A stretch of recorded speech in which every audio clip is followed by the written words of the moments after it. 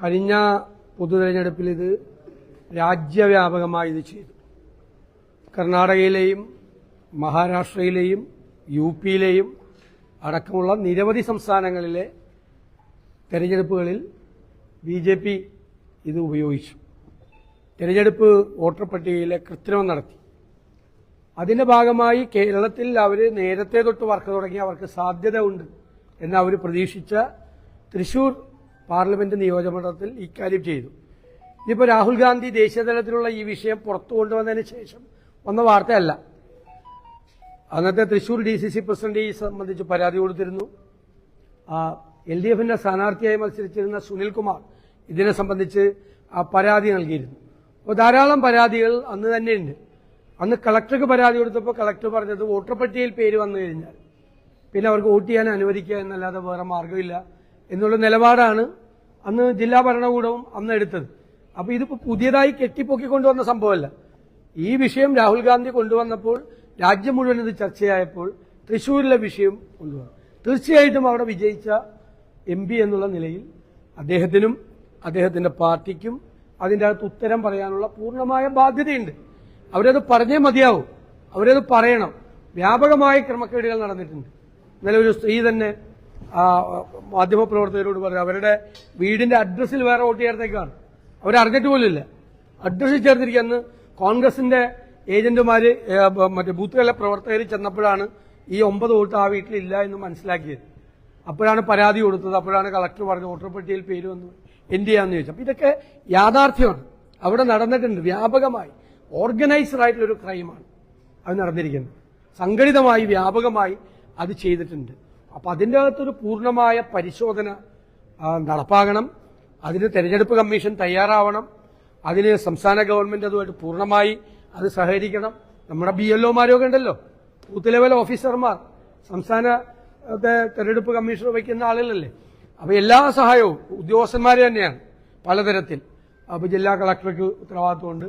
എല്ലാവരും ചേർന്നൊരു വലിയൊരു അന്വേഷണം തൃശ്ശൂരിലെ കാര്യത്തിൽ നടത്തണം. യാഥാർത്ഥ്യം എന്താണെന്ന് അറിയാനുള്ള ഒരു ഇതുണ്ട്. ഒരുപാട് സംഭവങ്ങൾ ഉണ്ടായിട്ടുണ്ട്.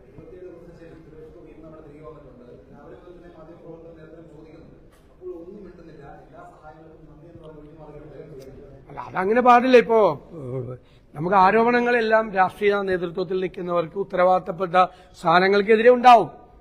ശരിയായ ആരോപണങ്ങൾ ഉണ്ടാവും, തെറ്റായ ആരോപണങ്ങൾ ഉണ്ടാവും. ശരിയല്ല എന്ന് അദ്ദേഹത്തിന് ബോധ്യമുണ്ടെങ്കിൽ അദ്ദേഹത്തിനെതിരായും അദ്ദേഹത്തിന്റെ തെരഞ്ഞെടുപ്പ് വോട്ടർ പട്ടികയിൽ കൃത്രിമമുണ്ടായി എന്നുള്ള ആരോപണം തെറ്റാണെങ്കിൽ അത് തെറ്റാണെന്ന് പറയാനുള്ള അവകാശം അദ്ദേഹത്തിനുണ്ടല്ലോ. അദ്ദേഹം അത് ചെയ്യുന്നില്ല എന്ന അർത്ഥം, അതിന്റെ അർത്ഥം നമുക്ക് മനസ്സിലാക്കേണ്ടത് അദ്ദേഹത്തിന് പ്രതിരോധിക്കാൻ ഒന്നുമില്ലെന്നുള്ളതാണ്. ഉറപ്പായിട്ട് പറയണമല്ലോ, ഉറപ്പായിട്ട് മറുപടി പറയണം. BJP പ്രതിക്കൂട്ടിൽ നിൽക്കുകയാണ് രാജ്യത്ത് ഉടനീളം. സംസ്ഥാനത്ത് തൃശ്ശൂരിലെ കേസിൽ അവർ പ്രതിക്കൂട്ടിൽ നിൽക്കുകയാണ്. അപ്പൊ അവര് തെറ്റ് ചെയ്തിട്ടില്ലെങ്കിൽ അവർ പറയട്ടെ, ഞങ്ങളൊന്നും മിണ്ടില്ല, നിങ്ങൾ ഞങ്ങളോട് ചോദിക്കാൻ നിൽക്കണ്ട എന്ന് പറയുന്നത് ഉത്തരവാദിത്തപ്പെട്ട സ്ഥാനങ്ങളിൽ ഇരിക്കുന്നവർക്ക് യോജിച്ചാൽ. ഇപ്പൊ നാളെ ഞാനാണെങ്കിൽ എനിക്കെതിരെ നിങ്ങളൊരു തെറ്റായ കാര്യം പറഞ്ഞാൽ എനിക്കത് എന്റെ അവകാശമല്ലേ. ഞാൻ നിങ്ങളുടെ മുമ്പിൽ വന്ന് അത് കൃത്യമായിട്ട് അതിനെ പറഞ്ഞു കൊടുക്കാം. ഞങ്ങളൊന്നും പറയില്ല, ഞങ്ങൾക്കൊരു ബാധ്യതയില്ല, ജനങ്ങളോട് ബാധ്യതയുണ്ട്.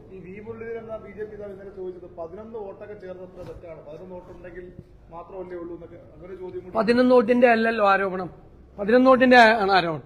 ഞാൻ തന്നെ പറഞ്ഞത് ഒരു പാവപ്പെട്ട സ്ത്രീ അവരുടെ വീട്ടിൽ അവരറിയാത്ത 9 പേരുടെ പേര് ചേർത്തിട്ടുണ്ട് അവിടെ ഇല്ലേ. അതടക്കമുള്ള എത്ര കേസുകളുണ്ട്.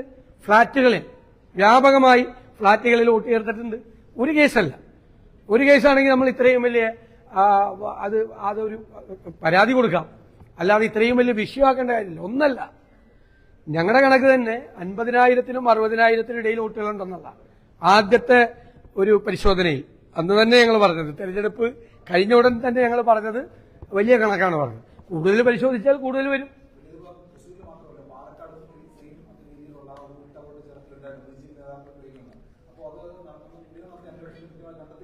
ഞങ്ങള് പാലക്കാട് ഉപതെരഞ്ഞെടുപ്പിന് തൊട്ടു മുമ്പ് ഈ വിഷയം വളരെ ഗൗരവതരമായി ചർച്ച ചെയ്യുകയും അതിശക്തമായി ഞങ്ങൾ ഇടപെടുകയും ചെയ്തു. പാലക്കാട് അസംബ്ലി ഉപതെരഞ്ഞെടുപ്പിൽ ഇങ്ങനെ ഒരു ശ്രമം അവരുടെ ഭാഗത്തു നിന്നുണ്ടായി. അത് ഞങ്ങൾ ഫലപ്രദമായി തടഞ്ഞു. ഫലപ്രദമായി തടഞ്ഞു. വളരെ ശക്തമായി പറഞ്ഞു. ഞാനടക്കമുള്ള ആളുകൾ ഇടപെട്ടിട്ടുണ്ട് ആ കാര്യത്തിൽ. അന്ന് ഒരു കാരണവശാലും വോട്ടർ പട്ടികയിൽ കൃത്രിമം ഉണ്ടാകാതിരിക്കാൻ വേണ്ടിയിട്ട്. ഇതിപ്പം അവിടുത്തെ വിഷയം മാത്രമല്ല, ബിജെപിയുമായിട്ട് ബന്ധപ്പെട്ടുള്ള വിഷയം മാത്രമല്ല. ഇടുക്കിയിലൊക്കെ ഇരട്ടോട്ട് ആരോപണം ഉന്നയിക്കുന്നത് കോൺഗ്രസ് ഉന്നയിക്കുന്നത് CPM-നെതിരെയാണ്. അല്ലാതെ എവിടെയാണ് ഇത് ഉണ്ടായിരിക്കുന്നത് എന്നുള്ളത് പരിശോധിക്കണം. ഇടുക്കിയിൽ പണ്ടൊരു ആക്ഷേപം ഉള്ളതാണ്, മനസ്സിലായില്ലേ? ഇടുക്കിയിൽ അവിടെ ഇല്ലാത്ത ആളുകൾ പുറത്തുനിന്ന് വന്ന് 5000-6000 പേര് വന്ന് ഉടുമ്പൻചോലയിലൊക്കെ വന്ന് വോട്ട് രേഖപ്പെടുത്തുന്നു, മൂന്നാറിൽ വന്ന് വോട്ട് രേഖപ്പെടുത്തുന്നു, പീരുമേടിൽ വന്ന് വോട്ട് രേഖപ്പെടുത്തുന്നു, അതിർത്തി കടന്ന് അതിർത്തിയിൽ ഇവിടെ ഇല്ലാത്ത ആളുകൾ പുറത്തുനിന്ന് വന്ന് വോട്ട് ചെയ്യുന്നു എന്ന് പരാതി പണ്ടുപോലെയുള്ളതാണ്. അപ്പൊ ഇതൊക്കെ ഞാൻ പറയുന്നത് ഇതെല്ലാം പരിശോധിക്കാനുള്ള ഒരു അവസരം കൂടിയാണിത്. അപ്പൊ രാഷ്ട്രീയ പ്രവർത്തകരും നേതാക്കളും ശ്രദ്ധിക്കണം. വോട്ടർ പട്ടിക എന്ന് പറയുന്നത് കുറ്റമറ്റതായിരിക്കണം. വോട്ടർ പട്ടിക ശുദ്ധീകരിക്കണം. മരിച്ചവര്, സ്ഥലത്തില്ലാത്തവര് മാറണം. തെറ്റായ വോട്ടുകൾ ഉണ്ടാകാൻ പാടില്ല. അപ്പൊ പൊതുപ്രവർത്തകർ കൂടി, രാഷ്ട്രീയ പ്രവർത്തകർ കൂടി, മുഖ്യധാര രാഷ്ട്രീയ പാർട്ടികളുടെ പ്രവർത്തകർ കൂടി ഇത് ഗൌരവതരമായി പരിശോധിച്ച് ഒരു ഫ്രീ ആൻഡ് ഫെയർ ഇലക്ഷൻ, അല്ലെ, ഫെയർ ആയിട്ടുള്ള നീതിപൂർവമായ ഒരു തെരഞ്ഞെടുപ്പ് ഒരു ജനാധിപത്യ സംവിധാനത്തിൽ ഉണ്ടാകണം. അതുണ്ടായില്ല കഴിഞ്ഞ പൊതു തെരഞ്ഞെടുപ്പിൽ. ജനഹിതത്തെ അട്ടിമറിക്കുകയാണ് ചെയ്തത്. അതാണ് രാഹുൽ ഗാന്ധി ചൂണ്ടിക്കാണിച്ചത്. അത് നിങ്ങൾ ഏകാധിപതികളായ ഭരണാധികാരികൾ ഇരിക്കുന്ന ലോകത്തിന്റെ വിവിധ രാജ്യങ്ങളിൽ ഈ തെരഞ്ഞെടുപ്പ് വ്ളാഡിമിർ പുടിനെ കുറിച്ചുള്ള മുഖ്യമായ ആക്ഷേപം തെരഞ്ഞെടുപ്പ് അട്ടിമറിച്ചാണ്. ആരും ജയിക്കില്ല, അദ്ദേഹത്തിനെതിരായിട്ട് ആരും ജയിക്കില്ല എന്ന് പറഞ്ഞ മാതിരി ഇന്ത്യയിലാകാൻ പറ്റില്ലല്ലോ. ഈ തെരഞ്ഞെടുപ്പ് കമ്മീഷൻ ഒരു വഴിവിട്ട സഹായം ചെയ്തിട്ടുണ്ടെന്ന് തോന്നുന്നുണ്ട്. എന്നാൽ ഇപ്പോൾ വന്നിട്ടുള്ള തെളിവുകളെല്ലാം വെച്ചിട്ടാണ് നേരത്തെ പലതരത്തിലുള്ള പരാതികൾ പോയിട്ടുള്ളത്. പക്ഷെ അതൊന്നും പരിഹരിക്കപ്പെട്ടിട്ടില്ല. തെരഞ്ഞെടുപ്പ് കമ്മീഷനിൽ വലിയ പങ്കാളിത്തമുണ്ട് ഈ കാര്യത്തിൽ. കുറ്റകരമായ കാര്യങ്ങളാണ് തെരഞ്ഞെടുപ്പ് കമ്മീഷൻ ചെയ്തിരിക്കുന്നത്. തെരഞ്ഞെടുപ്പ് കമ്മീഷനാണ് ആദ്യം പ്രതിക്കൂട്ട്. ഇതിന് കൂട്ടുനിന്നതിനും കൊട പിടിച്ചു കൊടുത്തതിന്റെ പേരിൽ വ്യാപകമായി സഹായിച്ചിട്ടുണ്ട്. വ്യാപകമായി തെരഞ്ഞെടുപ്പ് കമ്മീഷന്റെ അനുമതിയോടുകൂടിയാണ് ഇത് ഇത്രയും വ്യാപകമായി നടന്നിരിക്കുന്നത്. അവർക്ക് അറിയാമായിരുന്നു. പരാതികൾ ഉണ്ടായിട്ട് ഒരു നടപടിയും അവർ സ്വീകരിച്ചില്ല.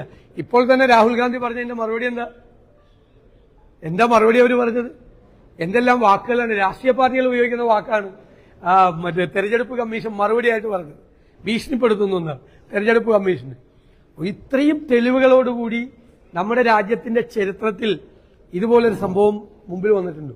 ഇതിനേക്കാൾ കൂടുതൽ തെളിവുകൾ രാഹുൽ ഗാന്ധി എത്ര മനോഹരമായിട്ടാണ് അത് അവതരിപ്പിച്ചത്. ഇത്രമാത്രം തെളിവുകളോടുകൂടി, ഒരാൾക്ക് നിഷേധിക്കാൻ പറ്റാത്ത രീതിയിലുള്ള തെളിവുകളോടുകൂടി അതിന് പറയുന്നത് അത് ഇന്ത്യക്കാരനല്ലെന്നൊക്കെ പറയും.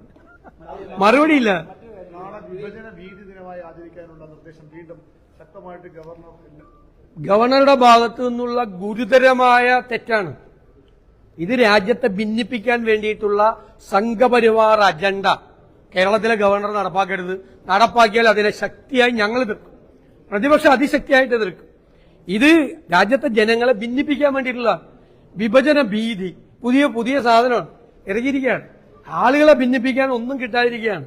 കേരളത്തിൽ തന്നെ ക്രൈസ്തവ മുസ്ലിം വിഭാഗങ്ങളെ തമ്മിലടിപ്പിക്കാൻ വേണ്ടിയിട്ടുള്ള വലിയ ശ്രമം BJP നടത്തി. അതിപ്പോ എക്സ്പോസ്ഡായി. എന്താണ് അവർക്ക് പറ്റിയതെന്ന് കേരളത്തിൽ എല്ലാവർക്കും മനസ്സിലായി. അത് കഴിഞ്ഞപ്പോൾ അടുത്ത പണിയായിട്ട് ഇറങ്ങിയേക്കുവാണ് വിഭജന ഭീതി. ഇതാണ് സ്വാതന്ത്ര്യ സമര ആഘോഷങ്ങളുടെ നിറം കെടുത്തുന്ന രീതിയാണ് ചെയ്തിരിക്കുന്നത്. ദേശവിരുദ്ധമായ ജനാധിപത്യ വിരുദ്ധമായ നടപടിയാണ് ഗവർണറുടെ ഭാഗത്തുനിന്നുണ്ടായത്. ഞങ്ങൾ അതിനെ ശക്തിയായി എതിർക്കും.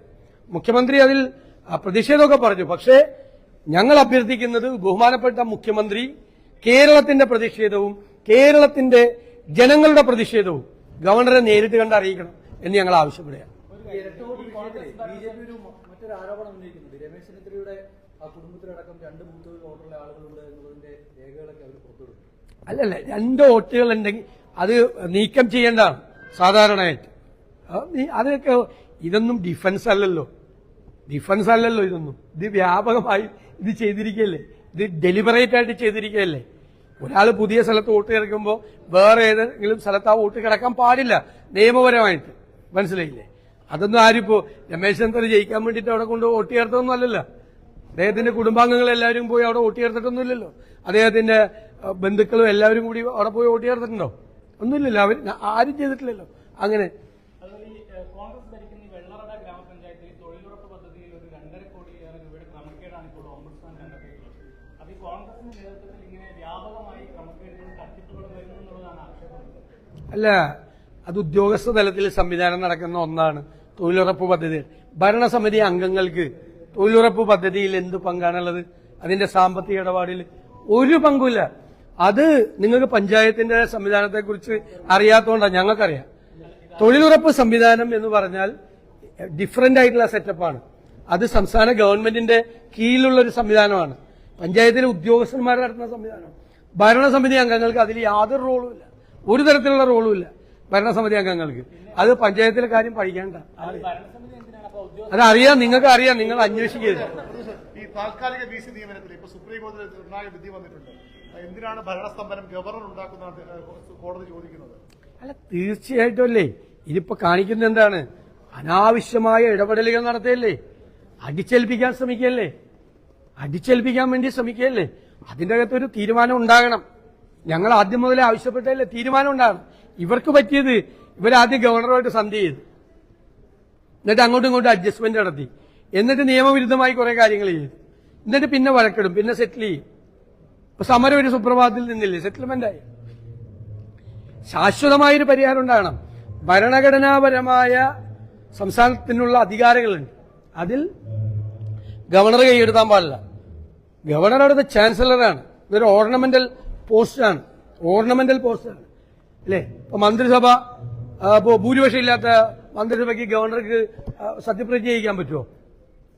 ഇപ്പോ 71 സീറ്റ് കിട്ട, 80 സീറ്റ് ഒരു മുന്നണിക്കോ ഒരു പാർട്ടിക്കോ കിട്ടി, ബാക്കിയുള്ളവർക്ക് 60 കിട്ടി.